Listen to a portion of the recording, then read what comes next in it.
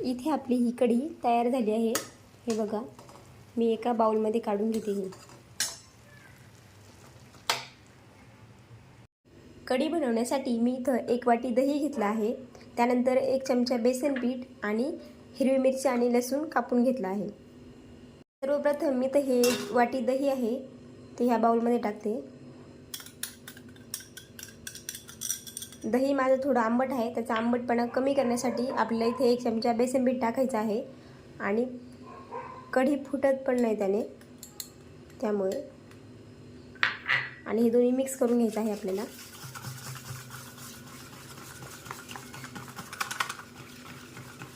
थोडंसं पाणी टाकते मी यामध्ये। थोडंसं पाणी टाकून मी हे बॅटर इथे बनवून घेते कढीचं मिश्रण।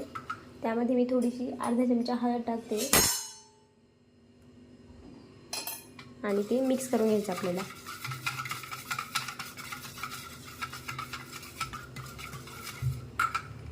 कढईमध्ये इथे मी तेल टाकलं आहे।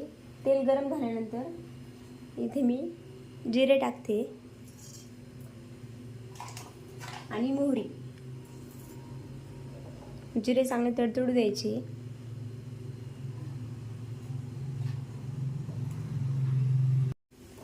त्यानंतर हे लसूण मिरची घेता येते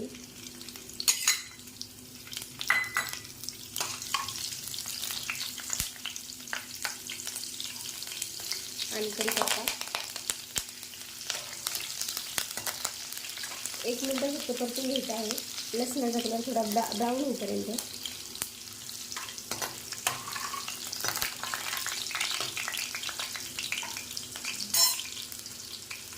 आणि त्यानंतर आपण हे तयार केलं आहे दही आणि बेसन पिठाचं बॅटर ते टाकते।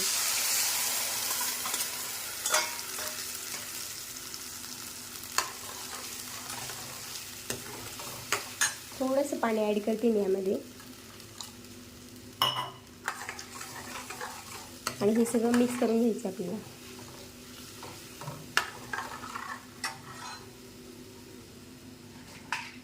त्यानंतर थोडं मीठ टाकते, 1 अर्धा चमचा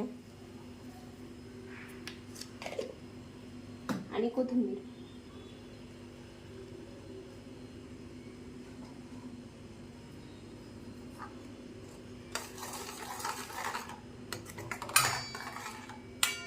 आणि कढी आपल्याला ही फक्त 2 ते 3 मिनिट उकळून द्यायची आहे।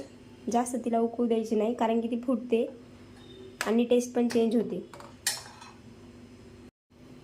हे बघा, आपल्या कढीला 1 उकळी आली आहे। अजून 1 मिनिट फक्त मी इथं उकळी घेणार आहे आणि आपली कढी तयार आहे। एकदम साधी सिंपल रेसिपी आहे। अशाच सोप्या रेसिपी पाहण्यासाठी माझ्या चॅनलला सबस्क्राईब करा आणि व्हिडिओला लाईक आणि कमेंट करायला विसरू नका।